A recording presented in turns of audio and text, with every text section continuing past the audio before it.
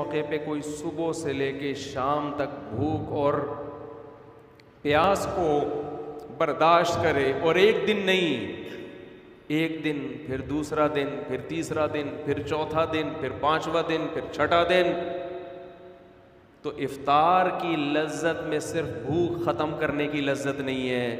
असल लज्जत यह है कि जिस खुदा के लिए सुबह से शाम तक कुर्बानी दी, वो खुदा हमारी इस इफ्तारी पर भी हमसे खुश हो रहा है।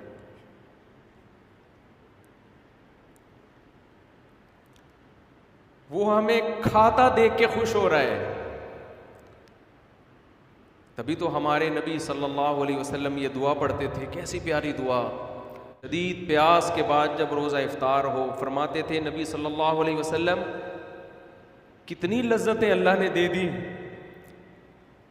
ज़हब ज़मा, फरमाते प्यास चली गई।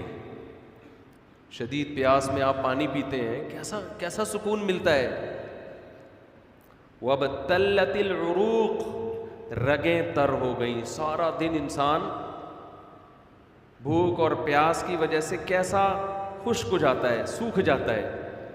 ये मादी नेमत है। और आगे फरमाते हैं वसबतल अजरु इंशा अल्लाह, और अल्लाह ने चाहा तो सुबह से लेके अब तक अल्लाह के लिए जो हमने कुर्बानी दी है वो अजर हमारा साबित हो गया। वो अजर अल्लाह ने अपने हमारे अमाल में लिख दिया। मज़े ही मज़े, लज्जतें ही लज्जतें।